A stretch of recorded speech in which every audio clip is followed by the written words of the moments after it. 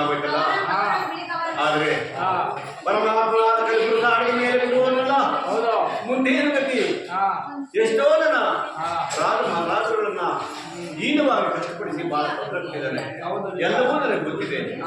ಆದ್ರೆ ಅನೇ ಬರಹವನ್ನು ಇರುವುದಕ್ಕೆ ಅಂತಲೂ ಸಾಧ್ಯವಿಲ್ಲ, ತ್ರಿಮೂರ್ತಿಗಳಿಂದಲೂ ಸಾಧ್ಯವಿಲ್ಲ, ಅಜನಾದ ಬ್ರಹ್ಮ ಬರದಂತ ಬರಲು ಸಾಧ್ಯವಿಲ್ಲ. ಆ ಪರಮಾತ್ಮನ ಇಚ್ಛೆಯಿಂದಾಗಲಿ ಅಂತೇಳಿ ದುಃಖ ಮಾಡ್ತಾ ಇದ್ದಾನೆ. ಒಂದು ಮಾಸವನ್ನು ಕಳೆದಿದ್ದಾನೆ, ಸಿಂಹಾಸನಕ್ಕೆ ಹೋಗಲಿಲ್ಲ, ಪ್ರಜೆಗಳ ಕಷ್ಟ ಸುಖವನ್ನು ವಿಚಾರಿಸಲಿಲ್ಲ. ಆಗ ನೋಡಿದ್ರು ಬ್ರಾಹ್ಮಣರು, ನಮ್ಮ ರಾಜ್ಯದಲ್ಲಿ ಶುಭ ಅಶುಭ ಎಲ್ಲ ಅಶುಭ ಆಗಿದೆ, ಪೂಜೆ ನಡೀತಾ ಇಲ್ಲ, ಸಿಂಹಾಸನದಲ್ಲಿ ಪ್ರಜೆಗಳ ಕಷ್ಟವನ್ನು ಕೇಳ್ತಾ ಇಲ್ಲ. ಇದಕ್ಕೋಸ್ಕರವಾಗಿ ನಮ್ಮ ರಾಜ್ಯರಿಗೆ ರಾಜನ ತಿಳುವಳಿಕೆಯನ್ನು ಹೇಳಿ ಆ ಸಂವಿಧಾನದ ಪೂಜೆಯನ್ನು ಮಾಡುವುದಕ್ಕೆ ಹೇಳಿ ಆ ಪರಮಾತ್ಮನ ಪೂಜೆಯನ್ನು ಮಾಡುವುದು ಆದರೆ ಹೇಳ್ತಾ ಇದ್ದಾರೆ.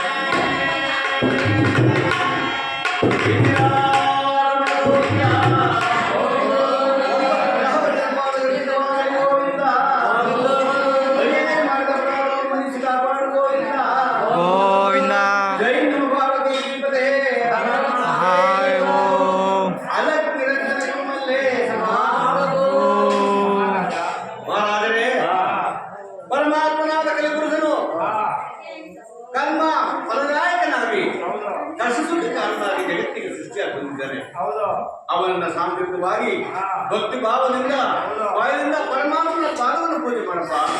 ಇನ್ನು ಸ್ವಲ್ಪ ಈ ಪೂರಾಟದ ಕಷ್ಟ ಸ್ವಲ್ಪ ಕಡಿಮೆ ಆಗ್ತದೆ ಅಂತ ಹೇಳಿದ್ದಾರೆ. ಆವಾಗ ಯಾವ ಮಾತಾಡ್ತೀವಿ ನಾವು ಬಂದ್ರೆ ಸಂಜೆಗೆ